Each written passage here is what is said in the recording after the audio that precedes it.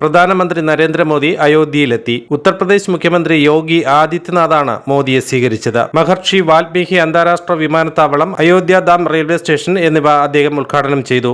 രാമക്ഷേത്രത്തിൽ നിന്ന് ഏകദേശം 10 കിലോമീറ്റർ അകലെയാണ് മഹർഷി വാൽമീകി അന്താരാഷ്ട്ര വിമാനത്താവളം സ്ഥിതി ചെയ്യുന്നത്. ആധുനിക സംവിധാനങ്ങളോടെയാണ് ശ്രീരാമ കിരീട മാതൃകയിലുള്ള അയോധ്യാധാം റെയിൽവേ സ്റ്റേഷൻ നവീകരിച്ചിരിക്കുന്നത്. നിലവിലെ സ്റ്റേഷനു സമീപം ഒന്നാം ഘട്ടമായി നിർമ്മിച്ച പുതിയ സ്റ്റേഷനാണ് പ്രധാനമന്ത്രി ഉദ്ഘാടനം ചെയ്തത്. 240 കോടി രൂപ ചെലവഴിച്ച പുതുക്കിയ റെയിൽവേ സ്റ്റേഷൻ ക്ഷേത്ര നിർമ്മിതിയോട് സാമ്യമുള്ള വിധത്തിലാണ് പൂർത്തിയാക്കിയിരിക്കുന്നത്. 1450 കോടി രൂപ ചെലവിട്ടാണ് വിമാനത്താവളം വികസിപ്പിച്ചിട്ടുള്ളത്. ചടങ്ങിൽ ഇന്ത്യൻ റെയിൽവേയുടെ പുതിയ കൂട്ടിച്ചേർക്കലുകളായ 2 അമൃത് ഭാരത് ട്രെയിനുകളും 6 വന്ദേ ഭാരത് എക്സ്പ്രസുകളും പ്രധാനമന്ത്രി ഫ്ളാഗ് ഓഫ് ചെയ്തു. 3 പ്ലാറ്റ്ഫോമുകളടക്കം വിമാനത്താവള ടെർമിനലുകൾക്ക് സമാനമായ സൗകര്യങ്ങളാണ് റെയിൽവേ സ്റ്റേഷനിൽ ഒരുക്കിയിട്ടുള്ളത്. ലിഫ്റ്റുകൾ, എസ്കലേറ്ററുകൾ, പൂജാ ആവശ്യങ്ങൾക്കുള്ള കടകൾ, ക്ലോക്ക് റൂമുകൾ, ശിശുപരിപാലന മുറികൾ, കാത്തിരിപ്പ് കേന്ദ്രങ്ങൾ, ആരോഗ്യ പരിപാലന കേന്ദ്രം തുടങ്ങിയ സംവിധാനങ്ങൾ 1 ലക്ഷം ചതുരശ്ര അടി വിസ്തൃതിയിലുള്ള സ്റ്റേഷനിൽ ഒരുക്കിയിട്ടുണ്ട്.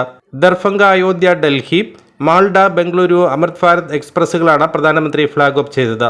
130 കിലോമീറ്റർ വേഗത്തിൽ സഞ്ചരിക്കാൻ കഴിയുന്ന പുഷ്പുൾ സാങ്കേതിക വിദ്യയിൽ പ്രവർത്തിക്കുന്ന വന്ദേ ഭാരതിനോട് കിടപിടിക്കുന്ന സൗകര്യങ്ങളോടെയാണ് അമൃത് ഭാരത് തീവണ്ടികൾ ട്രാക്കിലിറക്കുന്നത്. 15,700 കോടി രൂപയുടെ വികസന പദ്ധതികൾ പ്രഖ്യാപിച്ചേക്കുമെന്നാണ് ദേശീയ മാധ്യമങ്ങൾ റിപ്പോർട്ട് ചെയ്യുന്നത്. ഉദ്ഘാടന പരിപാടിയോടനുബന്ധിച്ച് അയോധ്യയിലെ തെരുവുകൾ ശ്രീരാമ ഭക്തിഗാനങ്ങൾ മുഴക്കി. പൂക്കളും ചുമർചിത്രങ്ങളും കൊണ്ട് വഴികൾ അലങ്കരിച്ചു. റെയിൽവേ സ്റ്റേഷന്റെ പുറത്ത് ശ്രീരാമന്റെ വലിയ കട്ടൗട്ടുകളും പ്രധാന സ്ഥലങ്ങളിൽ പ്രധാനമന്ത്രിയുടെ വലിയ പോസ്റ്ററുകളും സ്ഥാപിച്ചിട്ടുണ്ട്.